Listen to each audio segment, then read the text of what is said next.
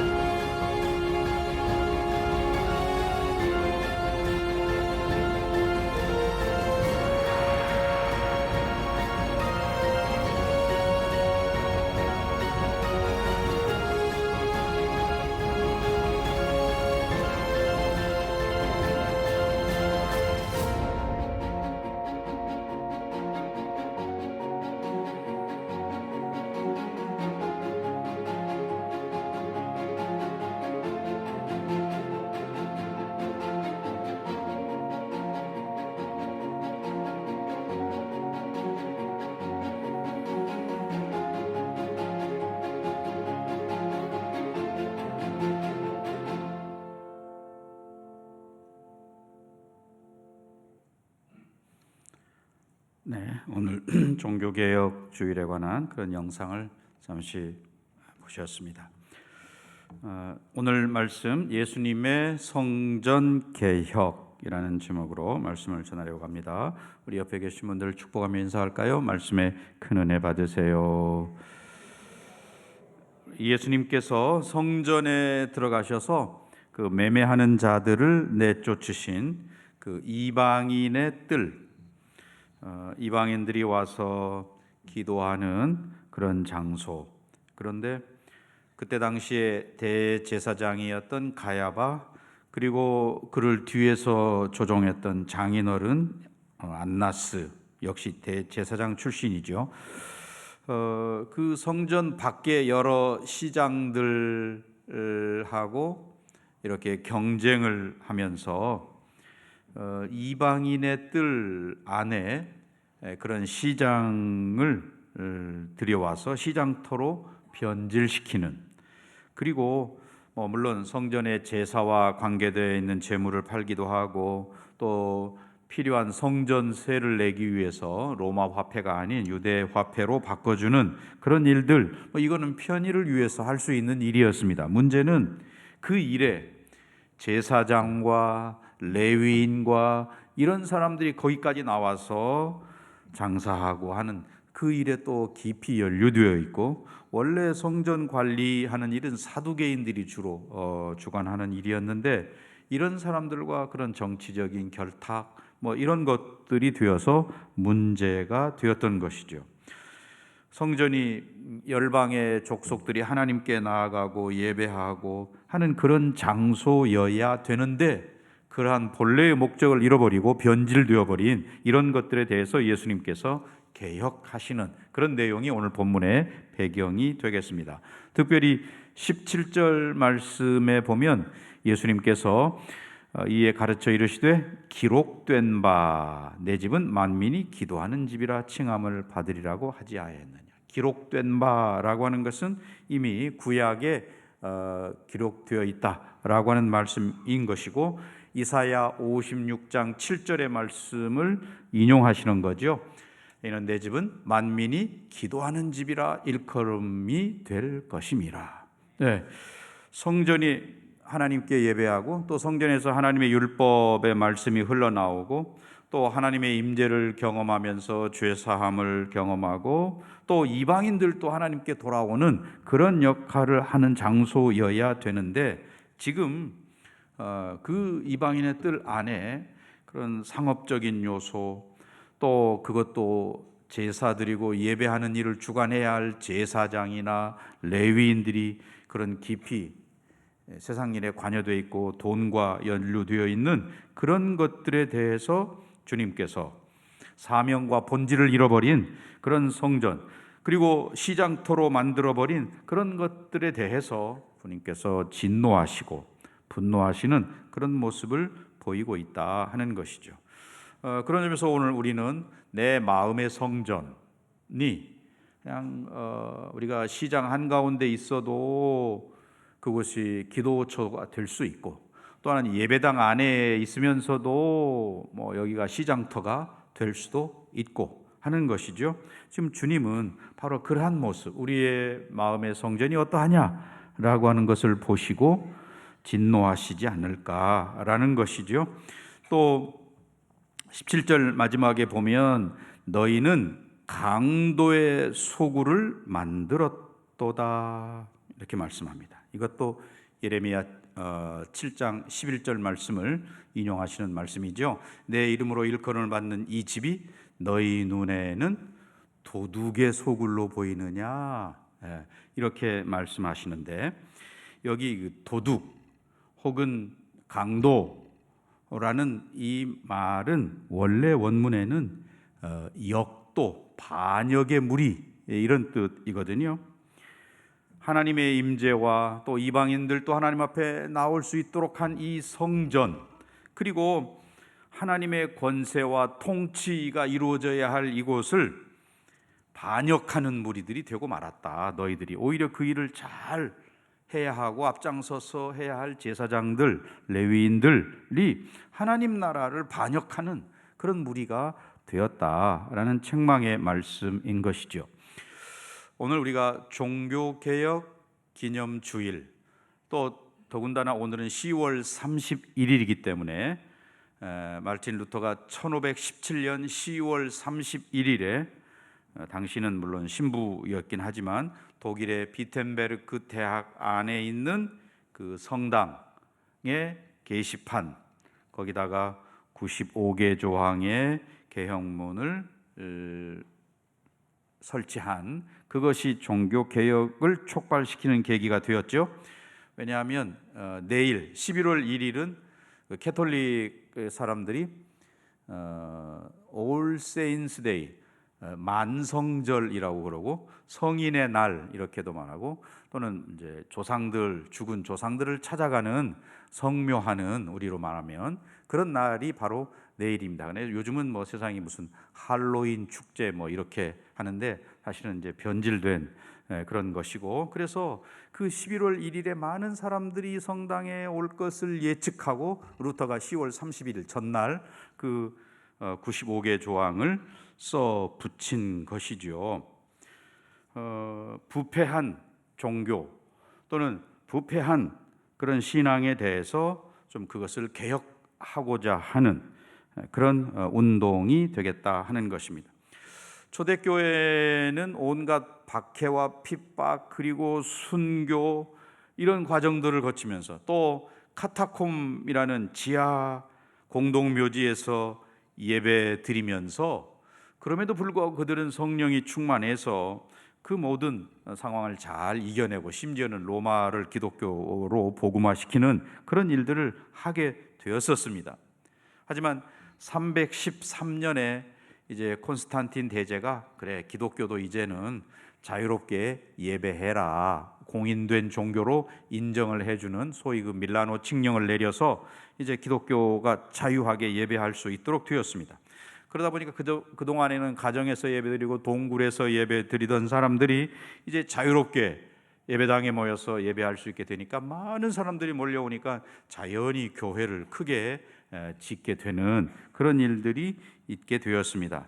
권력을 이제 갖게 되고 힘을 갖게 되고 부를 갖게 되고 교회가 그러다 보니까 과거에는 그 초라한 카타콤에서 그냥 간단하게 예배드리던 그런 모습에서 이제는 예배당도 화려하게 짓고 하니까 거기에 뭐 순서가 많이 들어가게 되고 그 예배 안에 무슨 신비적인 요소도 있게 되고 마리아 숭배도 있게 되고 뭐 무슨 성인의 조각상을 만들어 놓기도 하고 이러면서 교회가 부패하기 시작했습니다.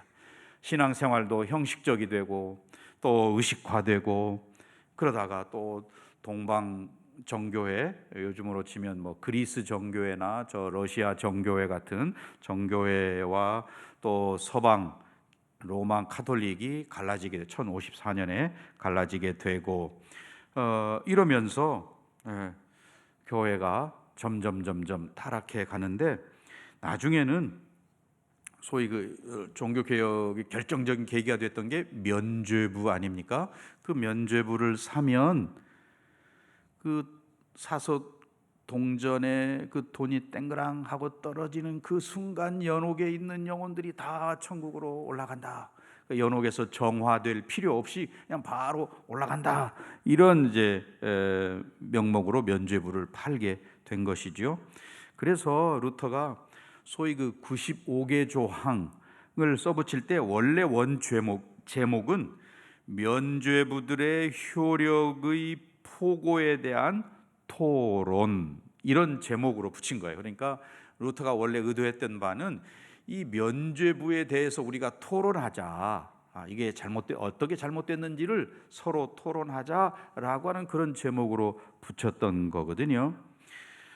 물론 그 전에 벌써 사람들이 이 면죄부 저건 말도 안 돼, 저건 문제가 있는 거 아니야 이런 이야기들이 있었는데 또 독일 사람들은 특별히 더 우리 면죄부로 우리 돈 다 빼앗아 간다 뭐 이런 분위기가 있어서 여기에 대해서 이제 토론하자 루터가 정식으로 제안을 한 거거든요. 그런데 그 면죄부 하나 파는 것이 문제가 아니고 사실은 그 하나 이면에는 많은 것들이 서로 얽혀져 있는 거죠.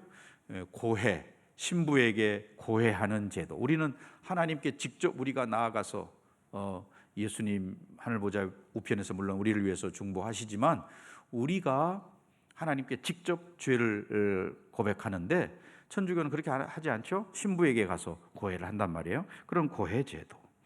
또 뭐 교황, 베드로가 일대 교황이다 그러면서 예수님께서 베드로에게 천국의 열쇠를 주었다면 우리 교황들에게 이런 열쇠, 천국의 열쇠를 주지 않았겠느냐 이렇게 주장하는 뭐 그런 거, 이런 것들이 다 마리아 숭배 뭐 이런 것들이 다 어우러져 가지고 면죄부가 나온 건단 말이에요. 그래서 그런 것들에 대해서 개혁, 이건 잘못되었다라고 주장하는 그런 운동이 일어나게 되었고, 그 종교 개혁을 일으킨 중심적인 사상을 우리는 5가지, 파이브 솔라, 그래서 5가지의 솔라, 오직이라는 것으로 요약을 합니다. 종교개혁 사상을 5가지로 요약을 하는데 그걸 말씀드리려고 합니다. 첫째가 오직 성경인 것이죠. 솔라 스크립투라, 오직 성경 혹은 오직 성경으로 라는 것입니다. 그래서 기독교는 성경의 종교다 이렇게도 말할 정도로 말씀이 중심이 되는 그런 종교잖아요. 예수님께서 사탄의 시험, 마귀의 시험을 40일 동안 금식하시고 마귀의 시험을 물리칠 때 뭘로 물리치셨습니까?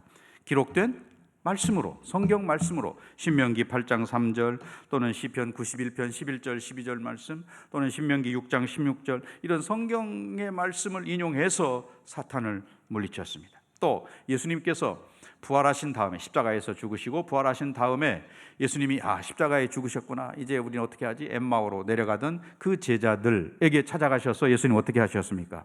누가복음 24장 25절에 보면 이르시되 미련하고 선지자들이 말한 모든 것을 마음에 더디 믿는 자들이여, 이렇게 책망을 하시거든요, 말씀으로. 또 27절에 보면 모세와 또 모든 선지자의 글로 시작하여 모든 성경에 쓴 바 자기에 관한 것, 예수님에 관한 것을 자세히 설명했다. 누구에게요? 엠마오로 가는 제자들에게. 우리 생각에는 그냥 예수님께서 이 부활한 육체, 손과 발, 옆구리에 창자국 봐라, 이렇게 하면 금방 믿을 것 같은데 그렇게 하지 아니하시고 성경 말씀을 자세히 풀어서 설명해 주셨다.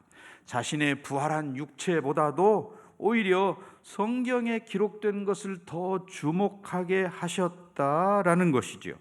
결국 오직 성경, 이 종교개혁자들이 주장했던 이 말씀이 우리의 삶과 교회의 궁극적인 권위가 어디에 있는가 하는 것을 이야기하는 거죠. 그 성경을 등한히 하게 되고 성경을 무시하게 되니까 중세 천주교가 어떻겠습니까? 개인의 체험, 신비한 거, 뭐 마리아 상에서 뭐 눈에서 피눈물이 흘렀다, 이런 어떤 체험적인 아니면 신비한 현상, 이런 것들에 더 주목하게 되는 거죠. 그리고 그러한 것들은 또 다른 체험 아니면 더 강한 체험을 요구하게 되는 소위 신비주의 아니면 개인적인 체험, 이런 것들을 강조하게 되는 것이고, 또 뭐 요즘 우리 주변에 이단들 같으면 이단의 교주에게 주목하게 하는 것이죠. 다 이게 성경에 대해서 무지하기 때문에 일어나는 현상이다. 중세 시대에는 성도들이 성경을 보지 못하게 했습니다. 왜냐하면 잘못 오해하면 문제가 된다 그래서 성도들은 성경을 읽지 말아라, 이렇게 했던 거거든요. 그런 점에서 참된 그리스도인의 특징 중에 하나가 뭐냐? 성경을 하나님의 말씀으로 믿는 것. 이게 참된 성도의 표시인 것이죠. 저와 여러분이 정말 참된 성도라면 이 성경이 하나님의 말씀입니다 라고 하는 분명한 고백이 있어야 한다는 것이고, 또 성경이 우리 신앙의 정말 유일무이한 정황무오한 법칙이 되어야 하는 것이죠. 뭐 내 경험이 어떻고 뭐 이런 것들은 뒤로 가야 되는 것이, 성경 말씀이 먼저 가고, 그래서 말씀이 가는 데까지 가고 말씀이 서는 데서 서고, 이렇게 돼야 되는데 성경은 성경이고 우리는 경험과 또 내가 가지고 있는 지식과 이런 것들을 나타낸단 말이죠. 디모데후서 3장 16절 말씀, 우리가 아는 말씀이죠. 모든 성경은 하나님의 감동으로 된 것으로 교훈과 책망과 바르게 함과 의로 교육하기에 유익하다. 이 말씀은 사도들이나 아니면 초대교회 성도들이 하나님의 말씀을 어떻게 대하였는가라고 하는 말씀의 태도를 보여주는 말씀이기도 한 것이죠. 디모데후서 3장 16절 말씀이. 그러니까 우리에게 주신 이 하나님의 말씀이 우리를 변화시킨다라는 것이에요. 성령께서는 이 말씀을 통해서 우리 안에 죄를 깨닫게도 하시고, 또 그 죄를 발견한 우리가 하나님 앞에 나아가서 하나님의 은혜를 구하게도 하고, 또 이 말씀을 대할 때 우리는 믿음이 자라게도 되고, 또 말씀을 통해서 우리의 인격이 예수님 닮아가는 그런 성도가 되게 하는, 그러니까 교회를 다니면서도 하나님 말씀을 듣지 않거나 아니면 말씀을 읽어도 말씀에 어떤 부딪힘이 없거나 이러면 이거는 매우 위험한 신앙인 것이고, 정말 내가 구원받은 백성인가 라고 하는 것에 대해서 심각하게 생각을 살펴야 하는 것이죠. 진리와 비진리를 가르는 기준이 성경 말씀이다. 살아계신 하나님을 만나게도 하고 예수 그리스도와 교제하게도 하는 그런 것은 오직 말씀을 통해서만 가능하다. 이게 종교개혁자들이 주장했던 솔라 스크립투라, 오직 성경. 그전에는 뭐 무슨 성지 순례를 해야 되고 베드로 성당을 무릎으로 기어오르고 뭐 성인의 유물 뼈를 몸에 지니고 다니기도 하고, 아니면 무슨 고해 자기 몸을 채찍으로 때리고 뭐 이런 것들을 해야 구원에 이르는 것으로 잘못 생각을 했던 것이죠. 하나님 말씀이 없으니까 그렇게 생각을 했다는 것입니다. 그러나 성경은 하나님이 누구시고 하나님께서 어떤 일을 하셨으며 우리에게 원하시는 것이 무엇인가 라고 하는 것을 정확하게 알려주는 게 바로 성경 말씀인 것이죠. 그래서 이 말씀에 비추어서 잘못되었으면 고쳐나가는 거, 이게 소위 말하는 개혁주의라는 것입니다. 히브리서 4장 12절 말씀, 하나님의 말씀은 살아있고 또 활력이 있어서 좌우의 날선 어떤 검보다도 예리하여 혼과 영과 및 관절과 골수를 찔러 쪼개기까지 한다라고 하는 그 말씀이 우리 성도들의 영혼 속에 흘러 들어가면 그 말씀이 우리를 변화시키고, 심지어 어떤 분들은 이 히브리 4장 12절 말씀을 정말 그대로 믿고, 하나님의 말씀이 내 몸의 어떤 질병의 근원까지도 다 없애시는구나 라고까지 이렇게 받아들이고 실제로 병이 낫는 그런 분들도 간증하시죠.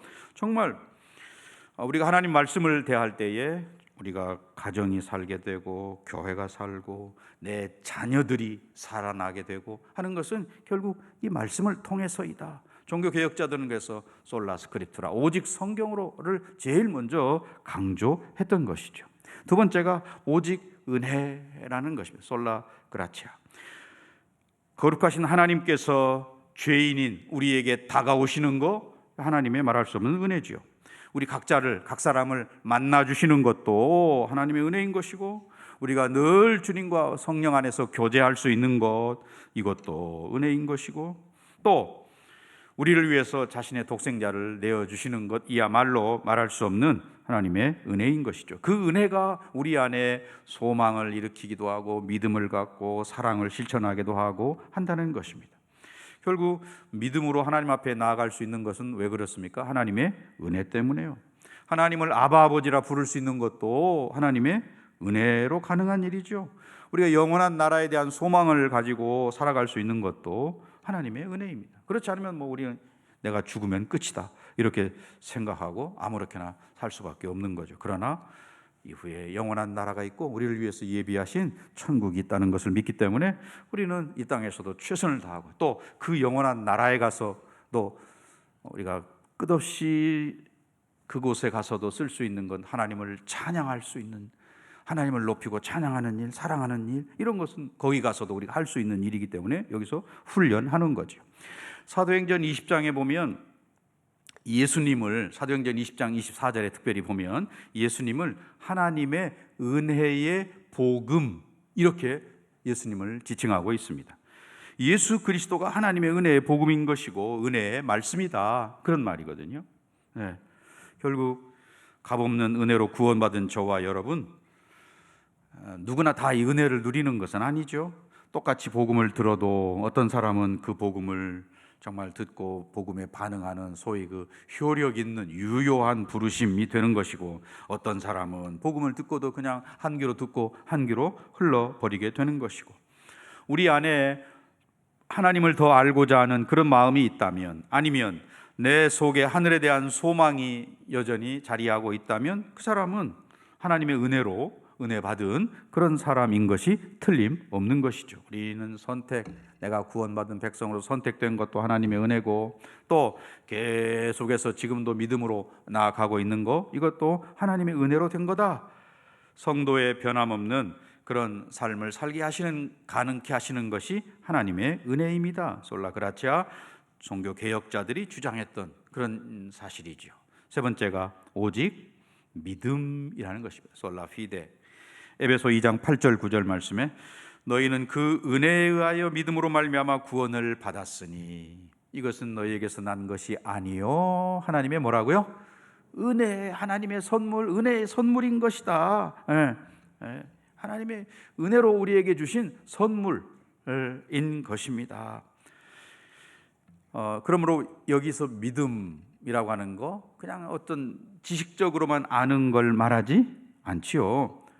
심지어 성경에 보면 사탄도 하나님의 존재를 인정하죠. 아니, 어쩌면 우리보다 더 잘 알 수 있는 거죠. 야고보 2장 19절에 분명히 사탄도 그것을 알고 떤다고 되어 있습니다. 믿음은 바로 그러한 믿음을 가진, 하나님의 존재를 믿고 하나님의 살아계심을 믿는 그런 믿음은 우리와 하여금 드러나게 되어 있다.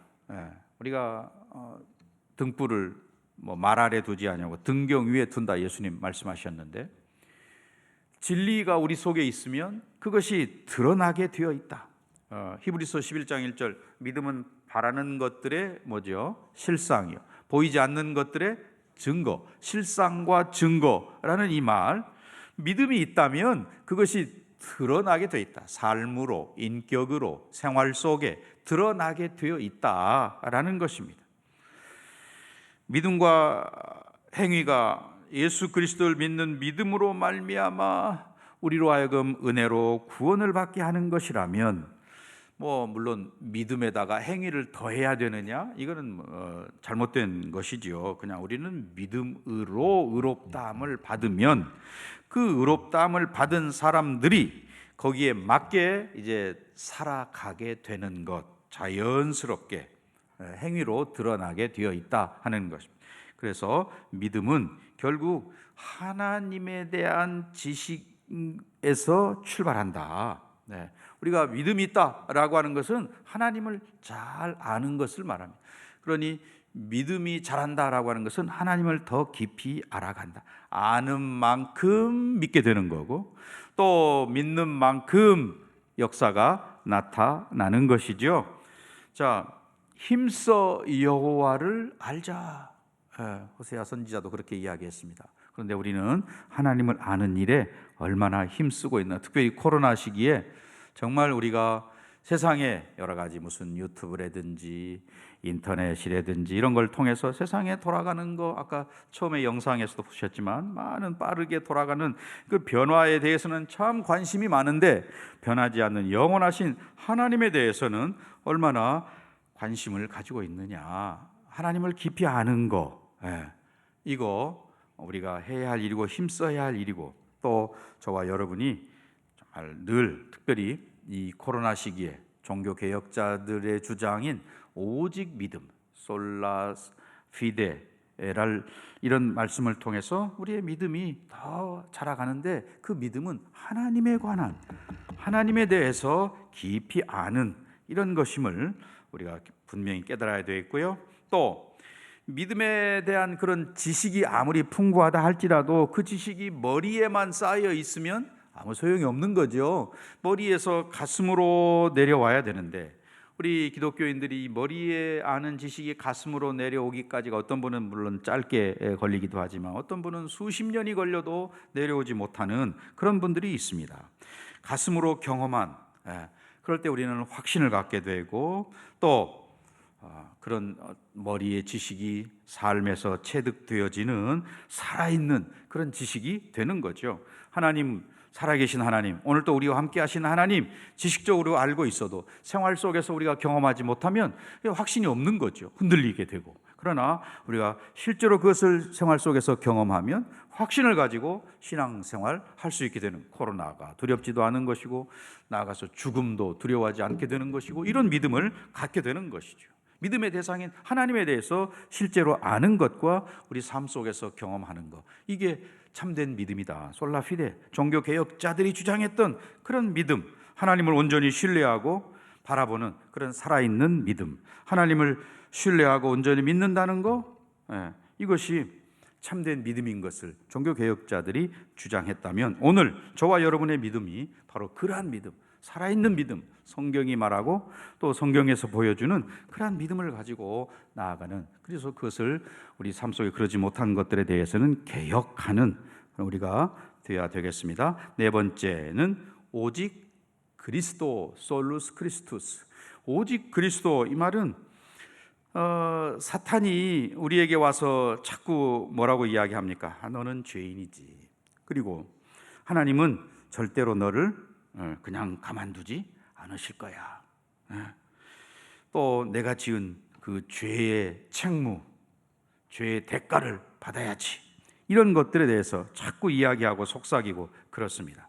그러나 우리가 여기에 대해서 뭐라고 이야기해야 됩니까?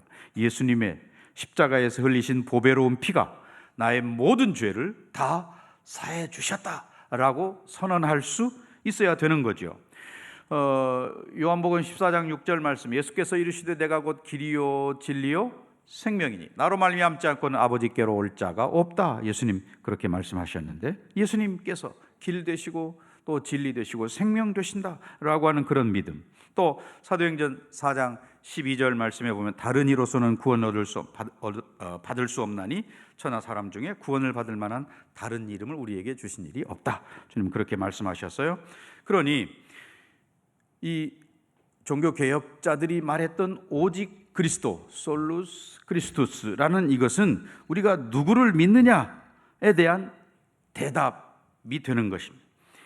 예수 그리스도와 또 그 예수님을 통해서 계시되신 하나님만을 우리가 믿고 그 외에는 다 우상이다. 마리아도 우상이고 또 뭐 이단의 교주들도 다 우상인 것이고, 예수님 그리고 예수님 안에 계시된 그 보여주시는 하나님, 그분만을 우리가 믿는 것이지 그 외에는 뭐 성인이든 뭐든 다 우상이다라는 것입니다. 또 우리는 이 오직 그리스도라는 말은 또 동시에 우리는 예수 그리스도를 통해서만 하나님을 발견할 수 있다, 이런 말인 것이죠.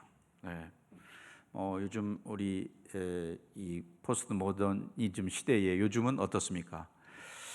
예수를 떠나서도 구원이 가능하다. 이게 소위 종교 다원주의가 대세를 이루고 있는 시대를 우리가 살아가고 있습니다. 그러나 종교 개혁자들은 오직 예수 그리스도를 통해서만 우리에게 구원이 있다라고 하는 것을 확신 있게 믿었거든요. 우리도 예수님만이 우리의 유일한 구원의 길이시고 유일한 우리의 중보자이십니다 라고 하는 것에 대한 확신이 있어야 되는 거죠. 뭐 세상 사람들이 아니면 더 많이 배웠다고 하는 사람들이 기독교가 너무 그렇게 독선적으로 주장하지 말아라. 다른 종교에도 다 구원이 있고 산에 오르는 길이 여럿이듯이 진리 정점에 이르는 길은 다양하다, 이렇게 주장하는 거기에 대해서 성경은 오직 예수 그리스도를 주장하고 있다. 또 우리가 공부했습니다만 하이델베르크 제1문에 그렇게 묻죠. 살아서나 죽어서나 당신의 유일한 위로는 무엇입니까? 이렇게 묻고 대답은 뭐예요? 살아서나 죽어서나 나는 나의 것이 아니고 몸도 영혼도 나의 신실한 구주 예수 그리스도의 것, 예수님의 것입니다. 내가 예수님께 속한 자, 예수님의 것입니다 라고 하는 것이 생사간의 유일한 위로가 된다. 내가 붙잡을 수 있는 유일한 끈이 있다면 그것은 내가 예수님의 것, 나는 예수님께 속했습니다, 예수님이 나의 모든 것 되십니다 라고 하는 이것이다. 구원이 예수 그리스도를 통해서 주어지는 것이고, 또 우리는 그 예수님을 통해서 하나님을 예수님도 말씀하셨죠. 나를 본 자는 아버지를 보았느니라. 예수님을 통해서만 하나님을 알 수 있다라고 하는 점에서 오직 예수 혹은 오직 그리스도라는 것이 종교 개혁자들이 그것을 주장했다 하는 것입니다. 마지막으로 다섯 번째가 오직 하나님께 영광, 솔리데오 글로리아. 약자로 SDG, 뭐 바하나 이런 사람들, 음악가들이 자기가 작곡을 해놓고도 맨 마지막에는 자기 이름을 안 쓰고 SDG를 썼다고 그러죠. 솔리데오 글로리아, 오직 하나님께 영광, 이 작품을 통해서 하나님께 영광이 되기를 원합니다. 그런 마음으로 그렇게 했다고 그럽니다. 고린도전서 10장 31절에 그런즉 너희가 먹든지 마시든지 무엇을 하든지 다 무엇을 위해서요? 하나님의 영광을 위하여 하라. 우리가 음식을 먹는 거, 또 공부를 하는 거, 또 뭐 손재주를 가지고 여러 가지 뭐 물건을 만든다든지 운동을 하거나 또는 뭐 의사로서 환자를 치료한다든지 또 직업을 가지고 여러 가지 직업에 관한 일들을 하는 거, 또는 뭐 다른 사람과 대화하거나 또 아이들과 같이 놀고 뭐 이런 모든 것들을 통해서 하나님께 영광이 되어야 한다, 그런 말이죠.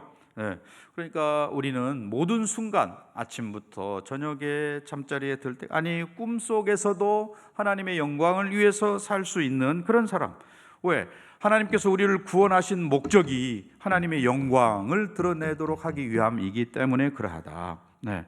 그래서 하나님을 영화롭게 하기 위해서 우리가 구원받은 백성들, 그러니 저와 여러분, 바로 그 일을 감당해야 한다는 것이죠. 자, 이제 결론의 말씀을 맺고자 합니다. 예수님은 성전 청결을 통해서 그런 성전 안에서 행해지는 잘못된 그런 제도와 관행을 개혁하시기 원하셨습니다. 우리 마음의 성전, 내 마음의 성전은 어떠한가? 라고 하는 것을 살펴보아야 되겠습니다. 하나님 원하시는 정결하고 순결하고 깨끗한 그런 것인지, 아니면 온갖 세상적인 쓰레기 같은 것들이 가득 차 있는 그런 내 마음인지 여러분이 잘 아시죠? 내 마음의 성전이 정결케 되기를 원하시는, 하나님이 거하실 만한 곳이 되기를 원하시는 그 주님의 마음을 아는 저와 여러분, 종교개혁자들이 오직 성경, 오직 은혜, 오직 믿음, 오직 예수, 오직 하나님의 영광을 목표로 이렇게 주장했다면 우리 교회도 마찬가지로, 또 성도들도 그런 종교개혁의 정신을 이어가는 우리 모두가 되어서 내 개인 신앙에서 개혁되어야 할 부분, 또는 교회 안에서 개혁되어야 할 부분, 아니면 내 가정에서 개혁되어야 할 부분들은 무엇인지, 이런 것들을 살피고 한번 따라 하실까요? 참된 개혁은 나로부터. 기도하시겠습니다. 거룩하신 아버지 하나님,